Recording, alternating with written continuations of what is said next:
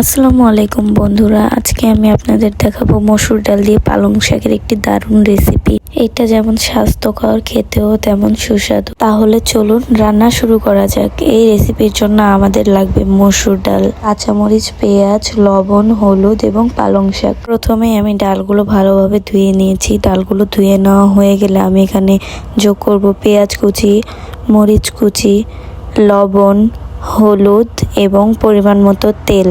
সব উপকরণগুলো দেওয়া হয়ে গেলে এবার সবকিছু একসাথে মিশিয়ে নিব। সবকিছু একসাথে ভালোভাবে মেশানো হয়ে গেলে পাত্রটি চুলায় বসিয়ে দিব।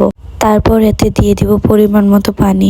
পানি দিয়ে ডালগুলো সেদ্ধ হওয়া পর্যন্ত অপেক্ষা করব। ডালগুলো সেদ্ধ হয়ে গেলে বেশ কিছুক্ষণ নেড়ে নেব এবং কিছুক্ষণ নেড়ে নেওয়ার পরে এতে দিয়ে দিব আগে থেকে কুচি করে রাখা পালং শাক। পালং শাকগুলো দিয়ে ভালোভাবে মিশিয়ে নিতে হবে এবং শাকগুলো সেদ্ধ হওয়া পর্যন্ত অপেক্ষা করতে হবে। শাকগুলো সিদ্ধ হয়ে গেলেই ব্যাস তৈরি হয়ে গেল আমাদের ডাল দিয়ে পালং শাকের সুস্বাদু রেসিপি।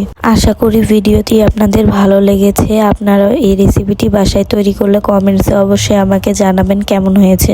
ভিডিওটি ভালো লাগলে একটি লাইক দিবেন এবং চ্যানেলটিকে সাবস্ক্রাইব করতে ভুলবেন না। ধন্যবাদ।